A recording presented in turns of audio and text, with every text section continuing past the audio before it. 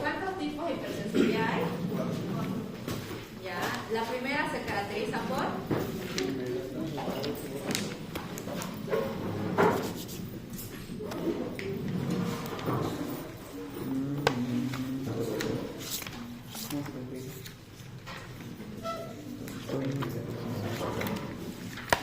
los tipos de hipersensibilidad. Son 4, 1, 2, 3 y 4, ya, números romanos, ¿verdad? Hablamos nosotros la anterior semana del tipo 1.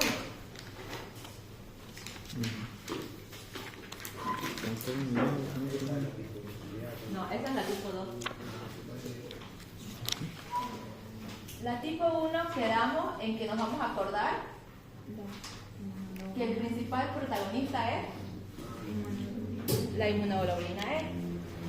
En el tipo 2, yo me equivoqué la anterior semana, es la inmunoglobulina, bien ya sea M o la G.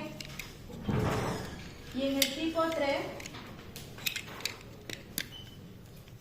van a actuar inmunocomplejos, que es la unión del antígeno y el anticuerpo. Y en el tipo 4, linfocitos, o también llamado celular. Vamos a poner linfocitos. ¿Ya? Ustedes memorícense esto y ya lo demás es más razonando, y conforme pasen los años igual lo van a repetir en otras materias. ¿Ya? ¿Se acuerdan de la patología que es el prototipo en el tipo hipersensibilidad 1?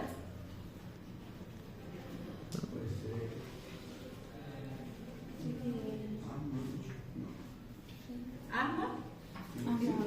Asma bronquial. ¿Ya? Eso hablamos la anterior semana. Tiene que haber una sensibilización, ¿no ves? ¿Se acuerdan? ¿A qué se refiere con sensibilización?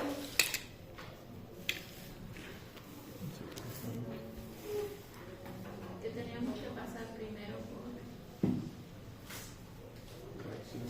una previa exposición al antígeno.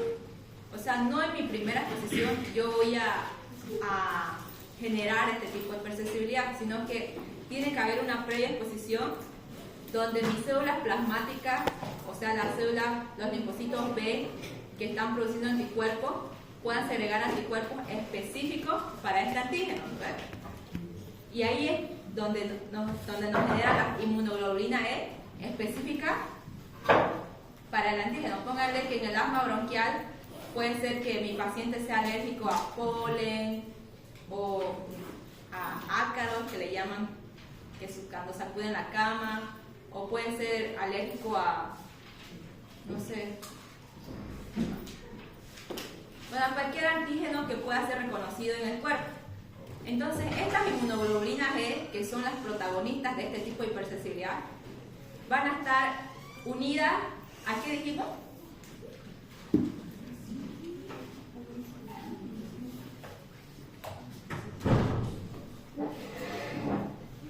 A los mastocitos, ¿ya? ¿Y por qué se caracterizan los mastocitos? Vesículas de histamina. Vesículas llenas de histamina, ¿verdad? Histamina y serotonina, ¿ya? Entonces, ¿qué me va a hacer la histamina? Va a vasodilatar y broncoconstricción, ¿verdad? Chicos. Y eso en dibujitos que lo ven en el libro. El antígeno puede ser el polen, mis células, linfocitos B, secretan lo que son las inmunoglobulinas E, que son específicas para este antígeno. Estas se unen al mastocito y hasta ahí fue la sensibilización, ¿ves? Esa es la primera etapa. Ahora, ante una nueva exposición de mi paciente al polen, ¿qué es lo que va a pasar? Una exposición repetida al alergeno. Mi mastocito se va. ¿Qué está haciendo ahí? Está liberando histamina. Va a liberar histamina. Entonces, esa liberación de histamina me va a producir broncoconstricción y vasodilatación, ¿ya? Por eso son dos etapas. Una, la sensibilización, y otro, la activación de los mastocitos o el desencadenamiento. Y vimos que no era la única patología, ¿no ves? También se puede dar en la rinitis alérgica, alergias alimentarias y la anafilaxia.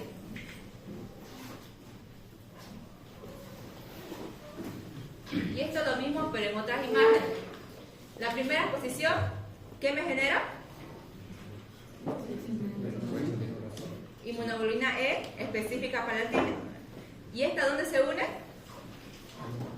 Al mastocito. ¿Y qué hace? Bueno, ya ahí está la sensibilización. Está mi mastocito con mi inmunoglobulina E unida. O sea, cuando ustedes se imaginen este tipo de hipersensibilidad, se imaginan el mastocito con mi inmunoglobulina E. Y ante una exposición repetida, ¿qué pasa? Liberación de histamina, o también llamada desgranulación. Después nos quedamos con el tipo de hipersensibilidad tipo 2. ¿Cuál es o qué patología entran en este tipo de hipersensibilidad? Anemia hemolítica. Anemia hemolítica. ¿Qué más? Síndrome de Gust, no sé qué. Eso, síndrome de Gust-Pasteur. ¿Sí? Y bueno, hay otras más. Ahora, lo que es importante, bueno, no sé si hacerlo, ¿se acuerdan de este tipo de presión? No creo, no sé si se acuerdan de la primera. De feto, ¿no? Ajá. Del tipo de sangre. Sí, esa es característica en esta enfermedad, ¿ya? Pero el tipo de hipersensibilidad es como que todas estas enfermedades que van a estar en este tipo de hipersensibilidad van a tener un mecanismo fisiopatológico igual, ¿ya? Ahora, ¿cómo se da esto? Aquí va a haber una exposición al antígeno nuevamente y mis células B, que son las encargadas de producir anticuerpos, van a producir anticuerpos de nuevo específicos para ese antígeno. Estas pueden ser inmunoglobulina E, inmunoglobulina M o G, ¿ya? Pero estas van a tener tres maneras de ocasionar una falla, digamos, ¿ya? Y estas son las tres maneras. Igual está en su libro. Pueden opsonizar y fagocitar. ¿Saben lo que es opsonizar, no? ¿Verdad? En palabras comunes. Las células rodean Cuando los anticuerpos Rodean a la célula. es cuando los anticuerpos rodean la célula. Entonces, en mi primera manera en la que puede fallar es que estos anticuerpos que han sido producidos a causa de la exposición a ese antígeno, agarren y rodeen a una célula. La voy a poner acá.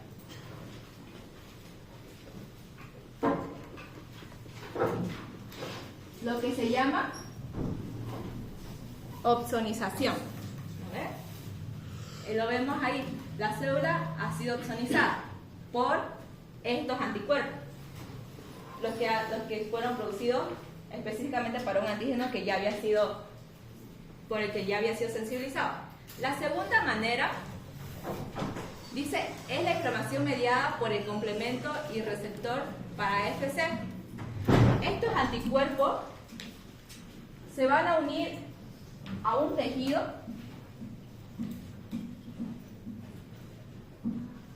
¿ya? Pónganle que aquí están los anticuerpos. Esta es la segunda manera. Y la tercera manera es que estos anticuerpos se unan a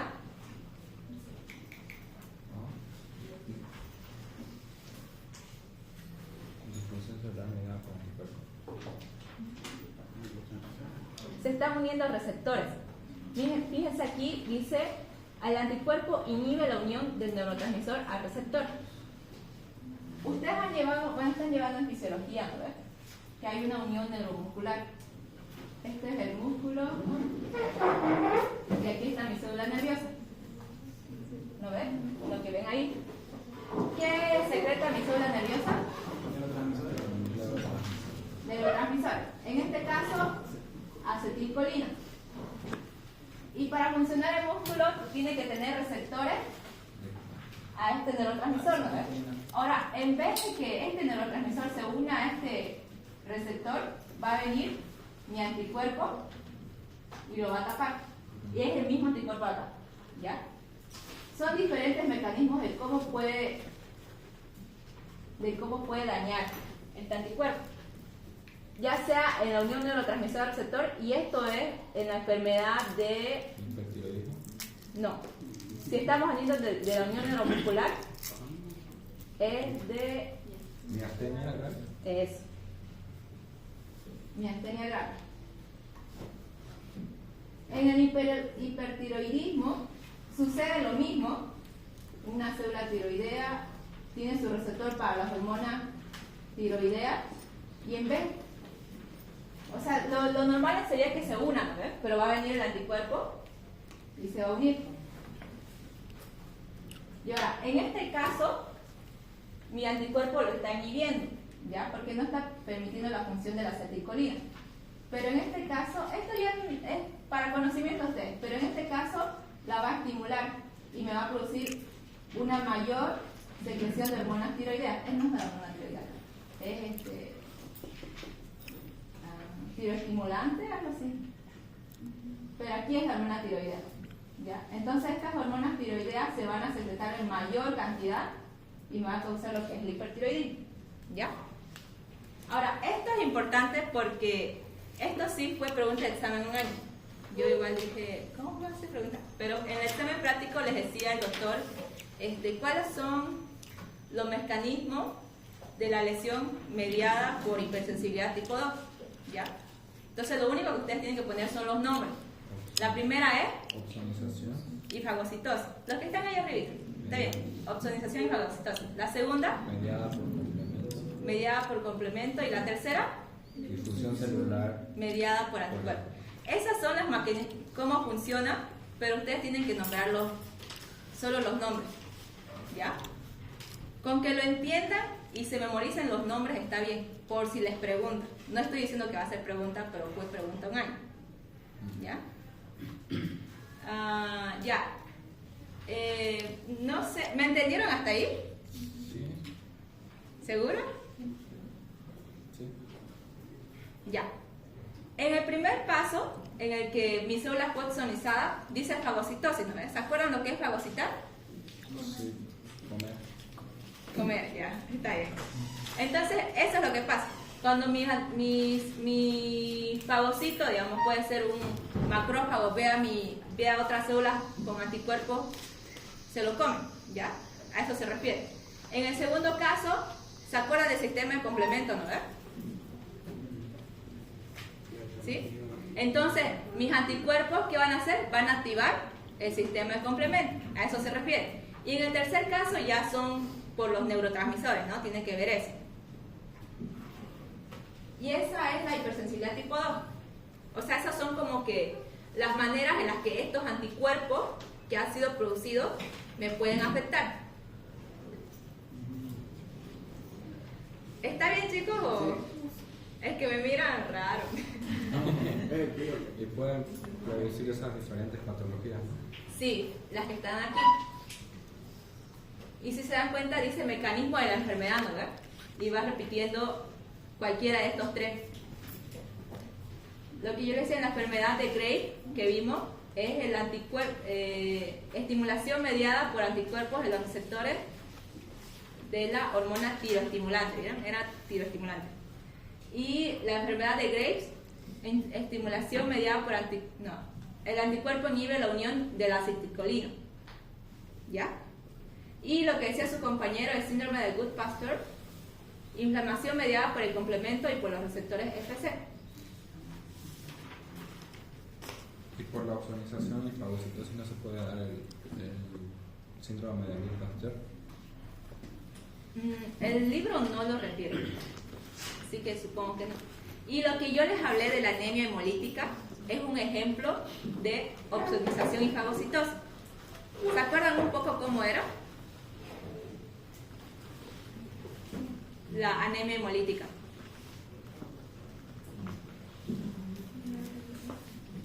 Igual está dentro de hipersensibilidad tipo 2, ¿verdad? Pero esta es mediada por opsonización y fagocitosis. Esta es la del bebé. Ajá. Ah, ya. Eritroplastosis fetal o anemia hemolítica. ¿Ya? ¿Sí? Sí. A mí mismo. ¿Se acuerdan? A ver. Más o menos. Ruptura de los glóbulos rojos, ¿no? Sí. Pero los glóbulos rojos ¿de quién? Del bebé. Dijimos que la madre era ORH negativo, ¿verdad? Y el bebé era positivo. Entonces pónganle que el glóbulo rojo va a tener una proteína extraña, ¿verdad? Entonces esto me va a permitir la formación de anticuerpos en la mamá contra estas células, ¿verdad? Entonces estas células, al ser marcadas por los anticuerpos, va a venir un macrófago y se lo va a comer y va a ocurrir lo que es hemólisis. ¿Ya?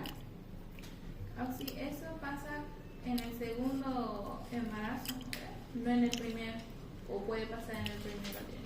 Eso no es necesario que lo sepan ahorita, pero lo que a nosotros nos enseñaron en pediatría es que las inmunoglobulinas M no logran pasar la barrera la barrera placentaria, ¿ya? Entonces por eso la doctora decía que aunque sí se producen los anticuerpos, como es agudo, se produce la inmunoglobulina M, ¿verdad? Porque la inmunoglobulina G es la crónica.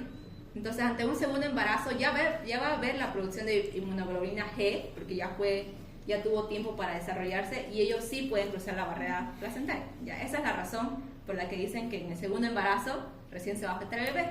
Pero eso no está en el libro, así que no pasa nada si no lo entienden. ¿Ya? No, está interesante. Fue lo que aprendí. Ya. Y lo mismo acá, pero con lo mismo dibujo. Por ejemplo, de la activación del sistema de complemento es en el síndrome de Good-Pasteur. ¿Ya? Es lo que está ahí indicado y ahí lo de los receptores. Igual se los voy a pasar las diapos, así que no se hagan problema. Ya. Ahora vamos a ver si me entendieron. Ya, la primera pregunta es en relación a qué tipo de hipersensibilidad. A la 1, porque me está hablando de inmunoglobulina M. Y esta sí está, no sé, ¿quién sabe cuál es la respuesta? Ah, pasó. Sí, está bien, pero yo no sabía porque según yo, solo eran los mastocitos. Pero hay una parte que dice los mastocitos y los basófilos expresan un receptor de afinidad alta llamada, bueno ya, la cuestión es que tienen inmunoglobulina E los dos, ya, que se pueden unir. Ya la segunda, en el mecanismo de hipersensibilidad tipo 2 se considera ¿La formación de granuloma? no, en ningún momento hablé de granulomas, ¿no?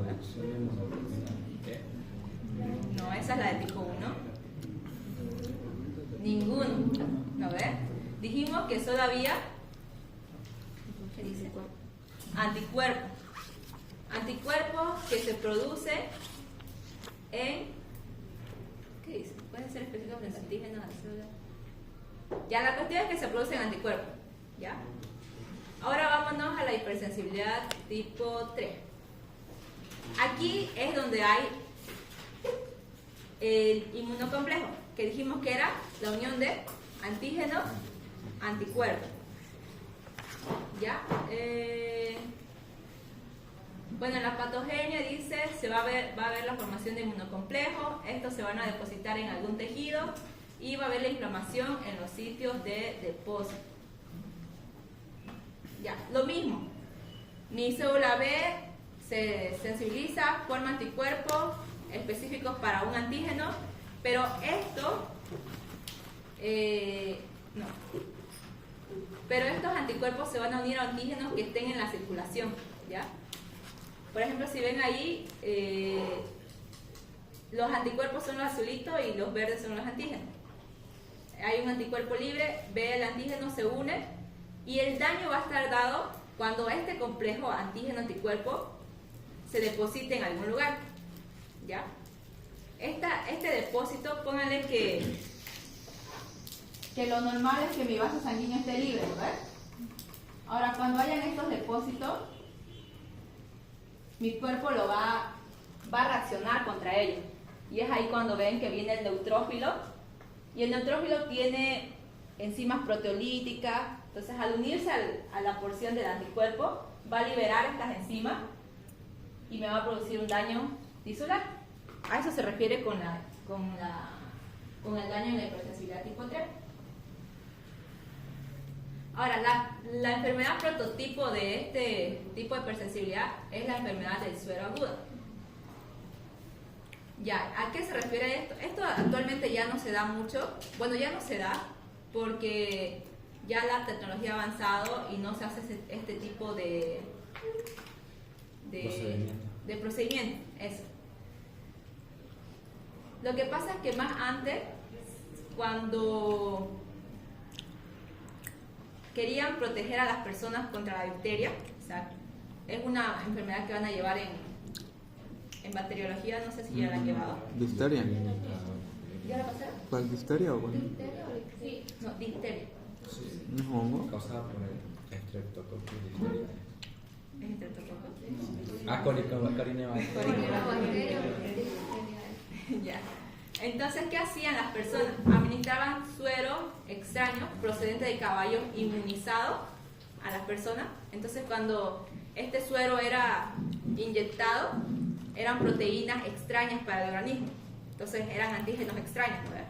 Entonces, venían los anticuerpos y se unían, y esta formación de antígeno-anticuerpo llamado inmunocomplejo se depositaba en los vasos sanguíneos y ocasionaba todo esto. ¿Ya? Por eso es la enfermedad prototipo para explicar este tipo de hipersensibilidad, ¿ya? Pero no es la única enfermedad en la que se afecta. Y aquí otro dibujito para que entiendan. El antígeno está circulando, viene el anticuerpo, se une, forma inmunocomplejo. Este se deposita, vienen los neutrófilos o cualquier célula que reaccione contra esto y libera enzimas y produce. ¿Qué tipo de necrosis es característica en el vaso sanguíneo? Fibrinoide. Produce fibrinosis. Necrosis fibrinoide, eso. Y todas estas enfermedades son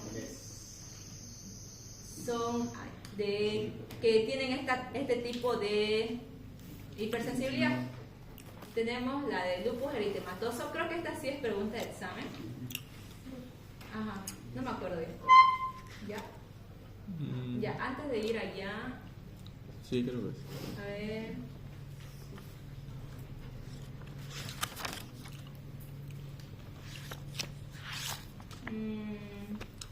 ¿Lupus eritematoso? Aquí está, es por excelencia. Presentan una reacción de hipersensibilidad tipo 4, excepto, y ya vimos que el lupus eritematoso es Tipo 3. Ya, ahora sí vayamos al tipo 4. En el tipo 4, ¿quiénes participan? Linfocitos, las células. ¿Ya? Ahora, este tipo de hipersensibilidad, memorícense, es por linfocitos. ¿Ya? Van a actuar los dos, el CD4 y el CD8. El CD4, ¿cómo coopera o qué hace? ¿Cómo es llamado? Cooperador, ¿verdad? Cooperador, porque él va a hacer que se liberen más citocinas. ¿Y el CD8? Porque va a producir la muerte celular. ¿Ya? Ahora, de esas dos maneras ellos van a actuar. Y acá la diferencia entre los dos. Entonces, lo que va a pasar es simplemente que en este caso ya no habría lo que es la producción de proteína, de anticuerpos, sino que mi célula presentadora de antígeno va a estar constantemente presentando un antígeno y va a activar mi linfocito T. Y si es el CD4, dijimos producción de citocinas, ¿verdad? Y las citocinas van a llamar a más células, como los neutrófilos, y ya dijimos que estos pueden liberar enzimas proteolíticas y producir lesión tisular. Ya sea en el caso del CD8 es más directo. Activa el CD8, directamente va y ataca a la célula, porque dijimos que es citotóxico, ¿no ves? Y produce muerte y lesión tisular. Ahora, ¿cuál es mi prototipo de enfermedad para hablar de la hipersensibilidad tipo 4? ¿Como prototipo qué enfermedades? O sea, no... tú. Está bien, está bien. La dermatitis por contacto y el artritis reumatoide. No me acuerdo si artritis reumatoide, pero dermatitis por contacto sí. La diabetes tipo 1. Diabetes tipo 1 también. Esclerosis. ¿Cómo se sabe más de la hipersensibilidad tipo 4? Estudiaron de atrás para adelante. 4, 3, 2, 1. Ya, sí, pero en este caso vamos a hablar sobre el bacilo tuberculoso, ¿ya? ¿Han avanzado en bacterio? No. ¿La tuberculosis todavía no avanzaron? ¿No? Sí. Hubiera sido fácil si hubieran avanzado. Ya. Pero pónganle que esta bacteria se caracteriza por ser persistente, ¿ya? Por ser difícil de destruir. Entonces, esto va a ocasionar que haya una constante presentación de este antígeno y mis células, vemos ahí los linfocitos TCD4, me van a producir factor de necrosis tumoral, interferón gamma, y esta estimulación de ellos va a hacer que rodeen al bacilo. Por si acaso, eso lo que ven ahí es a lo que se le llama granuloma. Pónganle que aquí está el bacilo y por aquí está mi linfocito TCD4. Va a producir citocina, los que van a estimular al macrófago, ¿no? A un monocito que se convierte en macrófago. Y este macrófago, intentando destruir el bacilo, se va a ir acumulando. Como ven ahí, estos son macrófagos acumulados. Y después de tiempo se van a ir haciendo como... Sufre una transformación.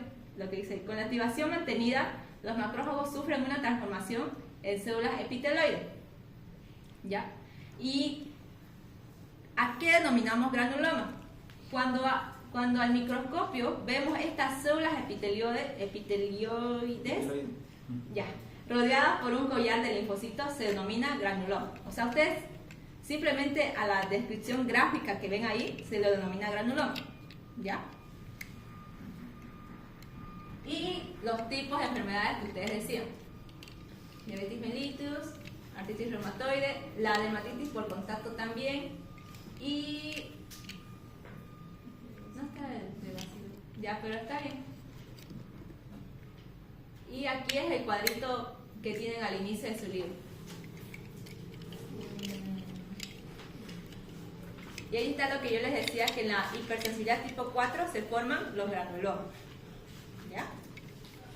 ¿Tienen alguna duda? ¿Entendieron? Ya, a modo de repaso para que...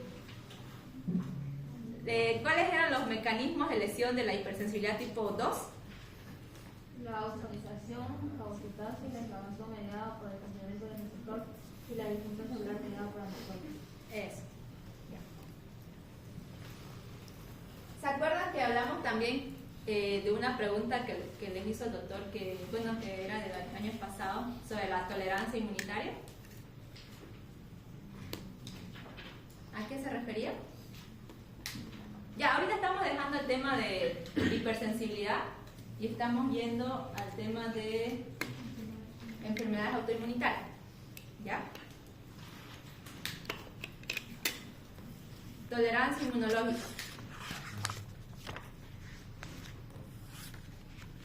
Cuando el cuerpo rechaza algo que es ajeno.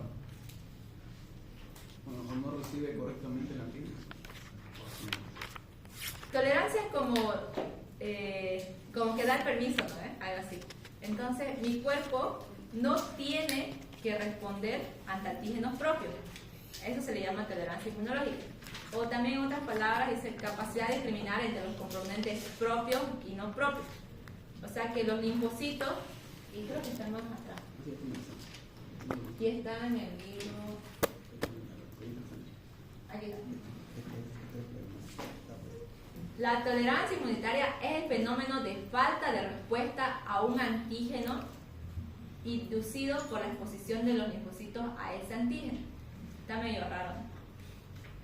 Pero la autotolerancia se refiere a la falta de respuesta a los propios antígenos del sujeto y subyace en nuestra capacidad de vivir en armonía con nuestras células y tejidos. O sea, lo normal es que mi cuerpo no reaccione frente a mis propias células, ¿ya? Y cuando se rompe esta ley, o sea, esto, se producen lo que son las enfermedades autoinmunitarias, ¿ya? Y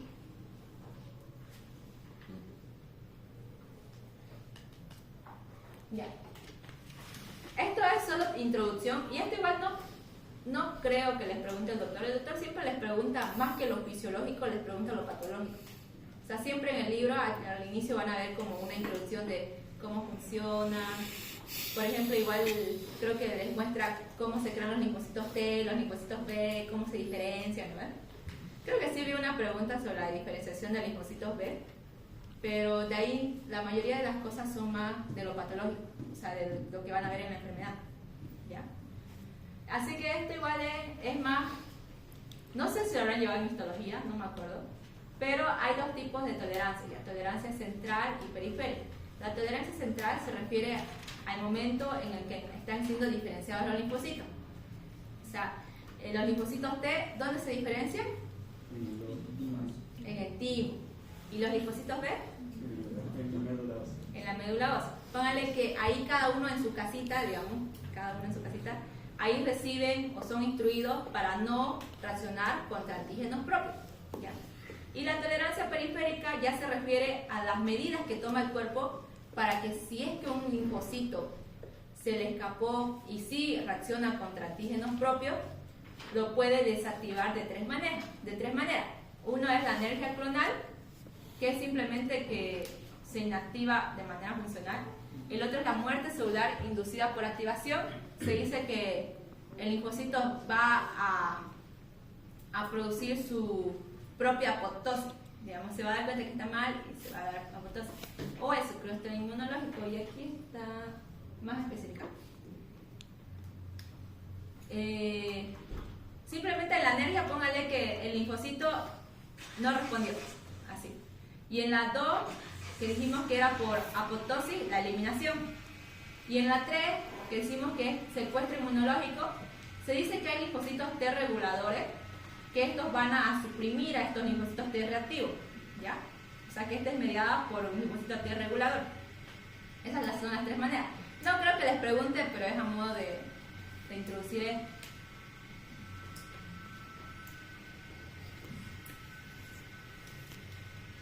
Ahora, ¿cómo se dan las enfermedades autoinmunitarias? Tiene que haber una predisposición genética en la que esta autotolerancia del cuerpo falle y me produzca la producción de linfocitos autorreactivos, contra mi propio cuerpo. De ahí también tienen que haber estímulos ambientales, es decir, pueden ser las infecciones, lesiones tisulares, inflamación, cualquier cosa que me produzca alguna falla en esta armonía, ¿ya? Dependiendo de la enfermedad, van a haber factores etiológicos más variables, ¿ya? O sea, aquí estamos hablando de un todo. Y ya.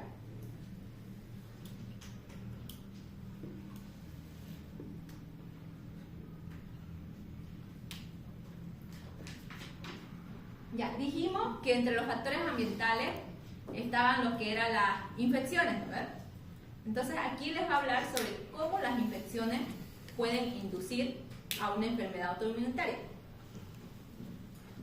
Hay una enfermedad que ustedes estudian en bacterios que tiene como complicación tardía, pero es relacionado con esto.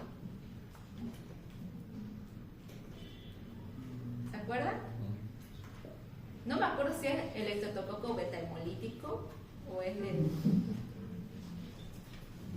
¿Han llevado ya el estreptococo? Sí. Hay uno que produce entre complicaciones una glomerulonefritis.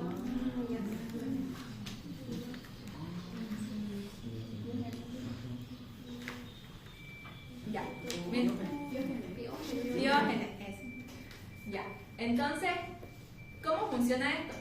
Puede venir el microbio y a pesar de que la célula, o sea, tenga al antígeno propio, digamos, que está reaccionando contra un antígeno propio, dice que puede estimularla, o sea, puede ser una estimulación a esta célula que está reaccionando y producir que ésta le presenta un linfocito autorreactivo, mi antígeno propio, y se produzcan los linfocitos autorreactivos. O sea, la primera por una coestimulación. ¿Lo ven? ¿Se entiende? ¿No?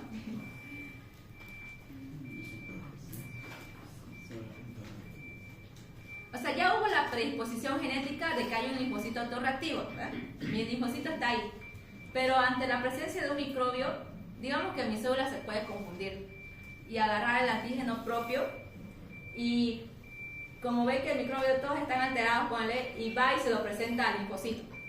O sea, por esa coestimulación ante el microbio. La segunda es que haya una imitación molecular, y esto es lo que sucede en la glomerulonefritis o Streptococcus pyogenes. Mi célula va a confundir el antígeno. O sea, el antígeno va a ser tan parecido al antígeno propio que va a pensar que se trata del antígeno microbiano. Por ejemplo, aquí mi célula presentadora de antígeno le está presentando un antígeno microbiano. O sea, ella está haciendo bien su trabajo. Pero mi linfocito lo va a confundir y va a pensar que es el antígeno propio a los que tiene que atacar. Y va a producir la autoinmunidad. Se llama mimetización, creo que es. O sea, que es muy parecido. Ya. Ahora, ¿tienen alguna pregunta hasta ahí?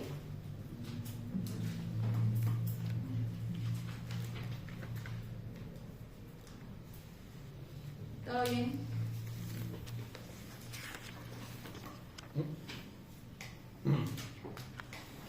Hoy yo les hago preguntas. Para ver quiénes más dan el examen la siguiente semana. No. No.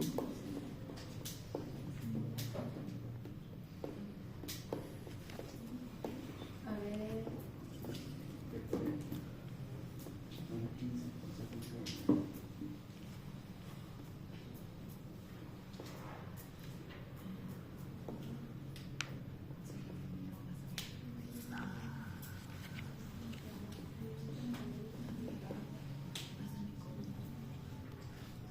Bueno, no traje más preguntas.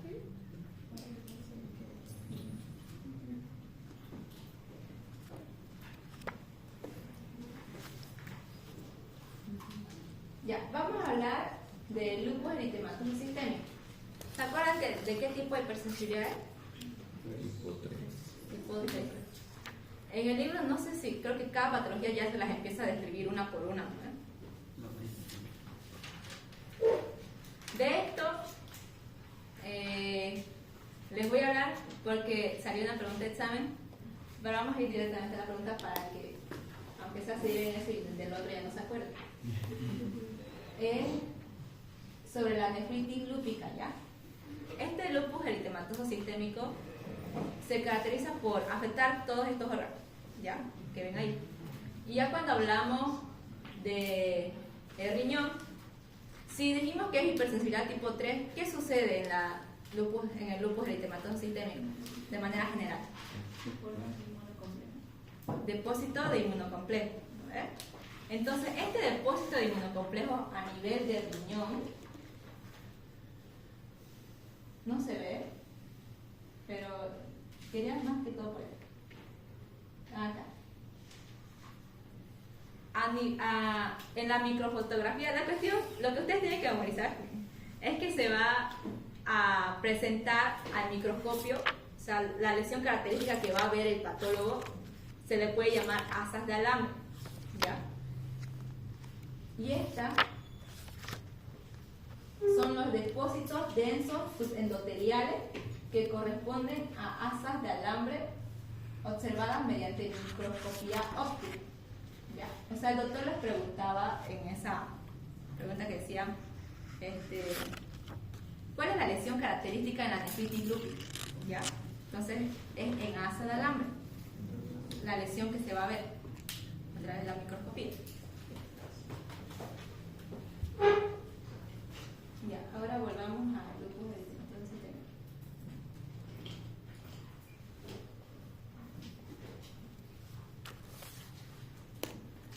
Ya, esta es una enfermedad multisistémica con anticuerpos particularmente antinucleares.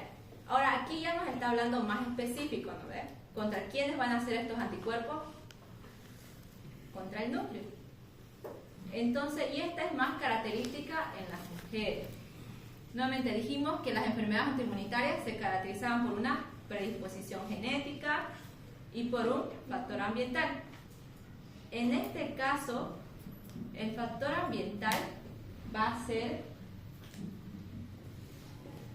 la exposición a los rayos solares o también hormonas sexuales y fármacos, ¿ya? Son como que los factores ambientales que van a permitir que se desencadene esta enfermedad. Ya dijimos que también influye en lo que es la predisposición genética y factores inmunitarios, que ya hablaríamos de lo que es los linfocitos autorreactivos, ¿eh?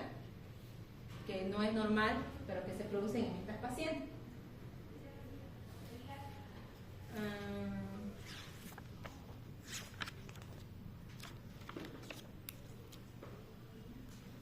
Ya.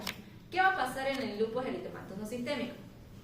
Pónganle, ya, tomemos solo uno, la exposición a rayos ultravioletas. Esto me van a causar una apoptosis, ¿ya? Que es este que está ahí. Me van a causar una apoptosis, pero en esta enfermedad va a haber una eliminación defectuosa de los cuerpos apoptósicos.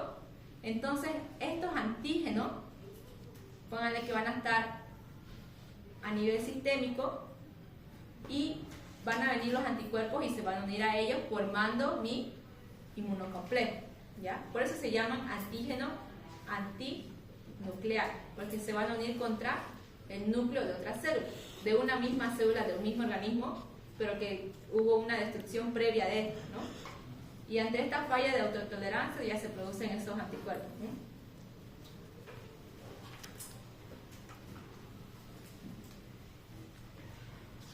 Ya.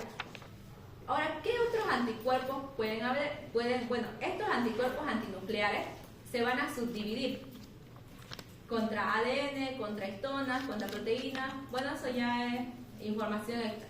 Creo que igual hay una pregunta que dice, ¿cuál es el anticuerpo que más que se produce en el lupus eritematoso sistémico? Son los anticuerpos antinucleares, ¿ya? También llamados ANA.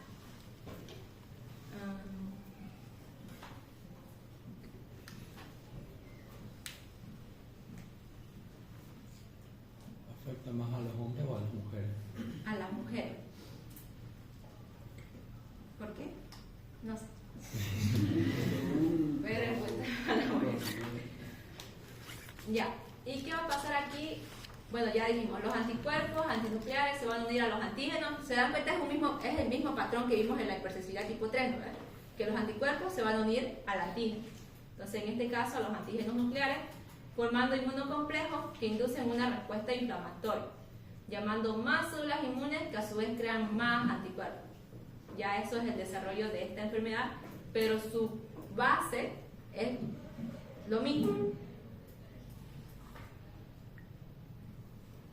Ahora, estos inmunocomplejos se van a depositar en diferentes órganos, principalmente, ya dijimos, en vasos sanguíneos. Y ya hablamos que era una hipersensibilidad tipo 3. Por otro lado, también se pueden producir otros anticuerpos autoanticuerpos dirigidos a otras células. Y miren, los depósitos de los inmunocomplejos me van a causar diferentes clínicas dependiendo al órgano donde se está depositando.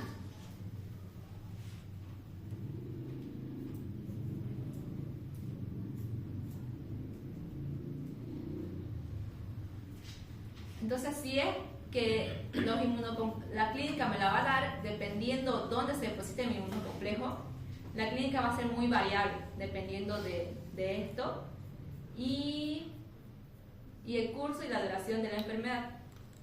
Hay una famosa que tiene este tipo de enfermedad. Selena Gómez.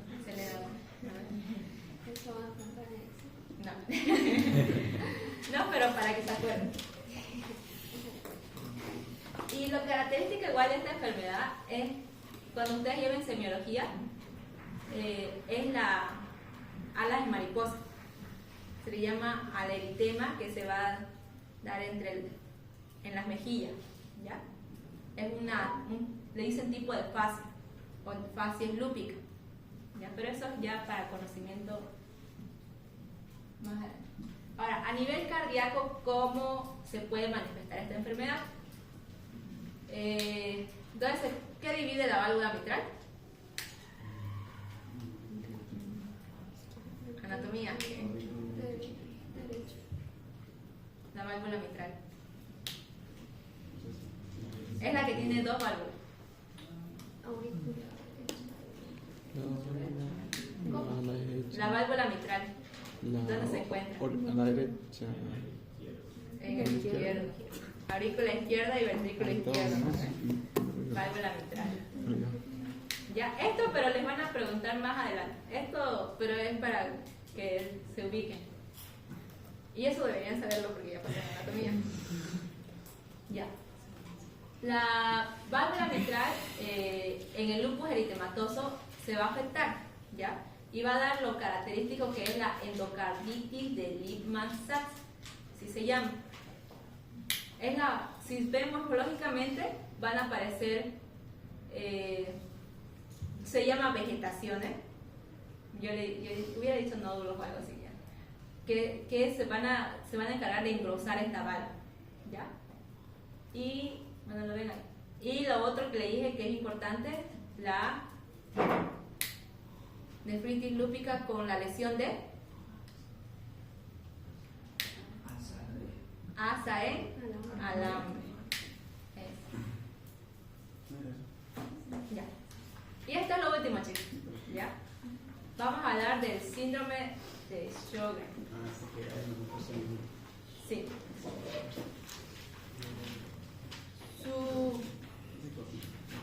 Sí, ¿sabe? Es una enfermedad crónica que se va a producir por una queratoconjuntivitis seca y xerostomía. ¿Saben qué significa xerostomía? Cuando la boca está seca. Es debido a la destrucción inmunitaria de las glándulas lagrimales y salivales. Tiene sentido, ¿no? Porque ¿quién me produce a nivel bucal la saliva? Las glándulas Salivales y de los ojos, las glándulas lagrimales, ¿no? Entonces, si va a haber una destrucción de esto, no va a haber esta producción. Entonces, ¿cuál es la etiología? Va a haber una infiltración linfocítica y fibrosis de glándulas salivales. Hablando de fibrosis, es una inflamación. La fibrosis. Ajá. Tenemos la inflamación aguda ahí. Y la crónica puede terminar en fibrosis. Ya. Contra un antígeno propio o antígeno de virus que infectan estos tejidos. Es frecuente en mujeres también y ya, para realizar el diagnóstico definitivo se tiene que hacer una biopsia que nos indique que está habiendo esta destrucción de las parábolas. Y eso es todo, chicos. Terminamos el tema de enfermedades autoinmunitarias. Yo sé que en su libro hay más enfermedades, ¿ya? Pero esas son las que entran en la lista. No específicamente, pero sí, busqué las más importantes. Y para que me entiendan.